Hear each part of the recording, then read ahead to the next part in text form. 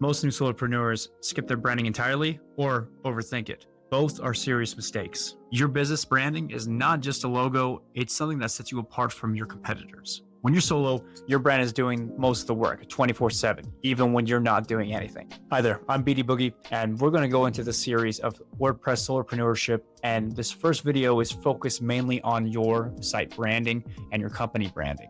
Something that sets you apart, something that makes you look professional and like you can actually handle websites versus something that looks like a beginner portfolio at this point. Just remember, you are the brand before your business is. When we are solopreneurs, we are mainly being hired because of us, not because of our huge agency brand, not because we have a whole team behind us. It is just us. Your name, your reputation, and your vibe is what really sells you. On year one, it's all about your reputation, your style, as well as how you present yourself to your clients when discussing prospects. Your business identity will grow on top of this in this first year and will actually teach you some very good lessons when it comes to the future. Don't just try to hide behind a logo during this stage. People need to see your face and actually get to know you. So what core brand elements do you need to really sell it at this point? One, you're going to want to focus on a good business name. It needs to be clear, concise, and memorable. Next is your logo. Simple beats complex every single time.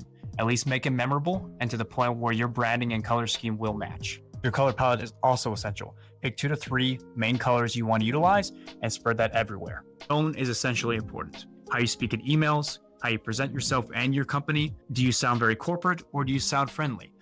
Pick one route in this area and stick with it at this point. Do you want to exemplify yourself as a corporation or do you just want to feel polished? Just pick one and go with it. The biggest piece to your core brand elements is your website.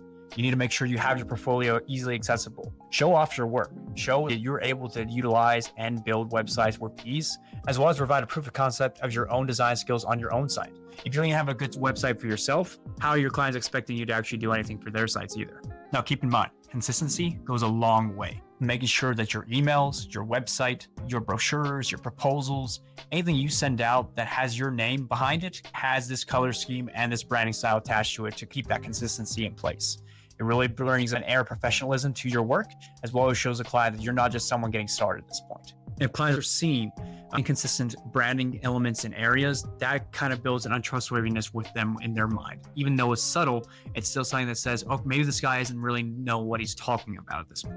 I also want to go over some common branding mistakes when it comes to solopreneur level. One big item I see is spending money on branding before you even have clients at that point, meaning you're hiring like a branding designer, someone that does a whole graphic and logo for you at that point. You can get started pretty easily with just your ingenuity yourself and then carry on from there. As you grow in their first year, you're going to make mistakes. That is a given. But you can also find some great lessons when it comes to your styles and branding for your own site, as well as what you are preparing for yourself along the way. Also, don't copy agency aesthetics when you're solo at this point. It is your first year and your clients and prospects are not expecting you to be this kind of corporate level, and showcasing it like you are builds an untrustworthy relationship with your clients right from the get-go. Another big issue I usually see is someone changing their look every few months. Pick something consistent and stick with it.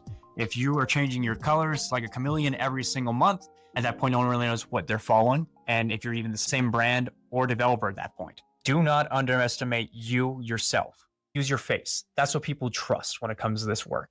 Now, I know some of us as developers and designers have an innate fear of presenting ourselves in that kind of capacity, but it's something you just have to do because it's going to get you started right from the get-go versus this long climb that you're going to experience in your first year when it comes to that area. If people know what you look like and know what you sound like, that builds a trust relationship right from there. So what are some practical starting points for you when it comes to this solopreneurship? One way to get started is just draft your brand in a day. Your name, your colors, your logo, your brand variations, as well as your motto. That's all things you can work out and sketch out in one day. Sit with it a little bit. I took a week for mine when it came to my personal website design business. It was mainly just looking to see if I like these colors, if I like the design of the site. And then once I sat with it and slept on it a little bit, I realized, okay, yeah, this is the direction I want to take. And I stuck with it from there. Keep in mind to use your own site as a part of your portfolio.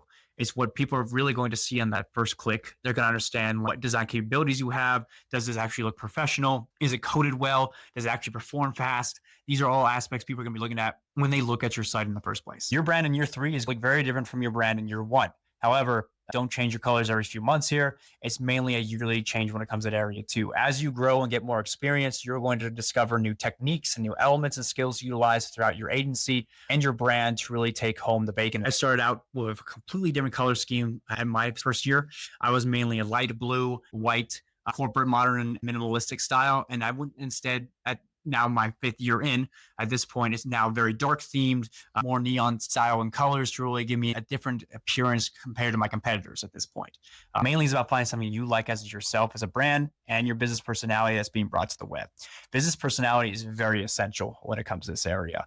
It's really what sets you apart from your competition. You want to appear too corporate or too minimalistic. You want to actually be able to shine out there. Now, once you got your brand figured out, one of the hardest parts of this solopreneurship is kind of over for you at this point. You understand what colors you're using, you understand what styles and what kind of tone you present to your prospects and your clients, and it all fits in together at that point for your future. Now, next up, when it comes to the next video on this series, is going to be about knowledge. Where are you going to get knowledge from? What are the best practices, as well as where to do your research when it comes to building websites and designing websites. I'm BD Boogie. Thank you again for joining me on this video. I'm looking forward to seeing you in the future. Please subscribe if you really enjoyed this information, and I'll see you next time. Let's boogie.